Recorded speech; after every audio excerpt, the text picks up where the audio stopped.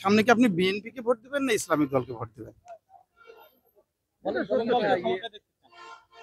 যেটা দেশ সেখানে শাসন কিংবা আমরা যেভাবে ইসলামী আইন অনুযায়ী চলতে পারি সেইভাবে আল্লাহ তার ভরসা করে ভোট দেবো।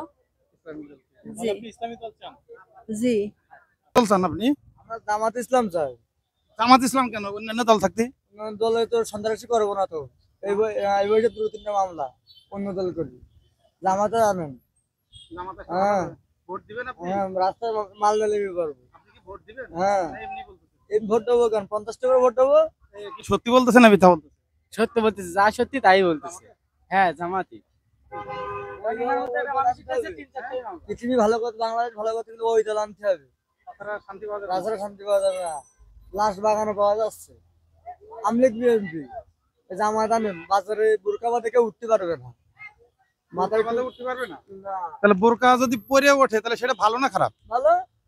আমাদের মা বোনেরা আছে না আমাদের ঘরে, তো ওনারা সবাই ইজ্জতের সহিত চলবে। হ্যাঁ হ্যাঁ সামনে কোন দল ক্ষমতা আসলে আরো ভালো থাকবেন? জামাত ইসলাম। জামাত ইসলাম আসলে ভালো হয়। কারণ হ্যাঁ, কারণ কারণ সবাই মারধর করছে, এটা সেটা করছে, জামাত ইসলাম তো কারো মারে না। এদের মধ্যে চাঁদাবাজ নেই? হ্যাঁ, জামাতের মধ্যে কি কোনো চাঁদাবাজ নেই? না, মনে হয় না। আপনি কি মনে করেন সামনে কোন দলটি ক্ষমতা আসলে বাংলাদেশের মানুষ একটু শান্তিতে থাকতে পারবে? শান্তিতে দেশে থাকতে পারলে এখন কোন দলই এসে আর শান্তিতে রাখতে পারবে না। তারপরে এখন যেভাবে বর্তমান সরকার নাই, তাও যেভাবে চাঁদাবাজি হচ্ছে, তাতে আমাদের যে সরকার ছিল ওই সরকারই ভালো ছিল। হ্যাঁ, আমলিগই ভালো। এখন বাংলাদেশের জন্মের পর থেকে যারাই ক্ষমতা এসেছে কেউই দুর্নীতি মুক্ত সমাজ আমাদেরকে উপহার দিতে পারেনি। এখন জামাতের আমরা এ পর্যন্ত তাদের ক্ষমতায় আনতে পারিনি বা এখনো তারা ক্ষমতায় আসেনি। আসার পরে তারা কিভাবে চালাবে না চালাবে তা এটা একটা দেখার একটা বিষয়। তাদেরকে একবার এনে দেখা যেতে পারে যে আমরা কিন্তু দেখছি যে আমাদের দুইটা মন্ত্রী ছিল, আলী হাসান মোহাম্মদ মুজাহিদ এবং মতিউর রহমান নিজামী। তাদেরকে হয়তোবা ফাঁসি দিয়েছে অন্যায়ভাবে, যেহেতু এই কিছুদিন আগে একটা রায় হয়েছে, ন্যায় রায় হয়েছে, আমরা দেখেছি। আর ওনাদের ভিতরে কিন্তু আওয়ামী লীগ এই 17 বছরে কিন্তু কোনো দুর্নীতি খুঁজে পায়নি। তাহলে ওটা কি প্রমাণ করে না? এখন এটা তো আসলে জামাতকে এইভাবে দাবায় রাখা হয়েছে ইন্ডিয়ার পরামর্শ। আমরা সুষ্ঠু একটা নির্বাচনের পাশাপাশি এটাও চাই যে যে দলই ক্ষমতায় আসুক ইন্ডিয়ার বলয় থেকে আমাদেরকে বেরিয়ে আসতে হবে। কারণ ইন্ডিয়া চায় না আমরা ভালো থাকি। ইন্ডিয়া আমাদের বন্ধু রাষ্ট্র একটা তকমা দিয়ে ওরা এই বাংলাদেশটা জন্মের পর থেকে আজকে যত অশান্তি সবকিছুর মূলে ইন্ডিয়া। আমরা ইন্ডিয়ার বলয় থেকে বেরোতে চাই, ইন্ডিয়ার আগ্রাসন থেকে আমরা বেরোতে চাই।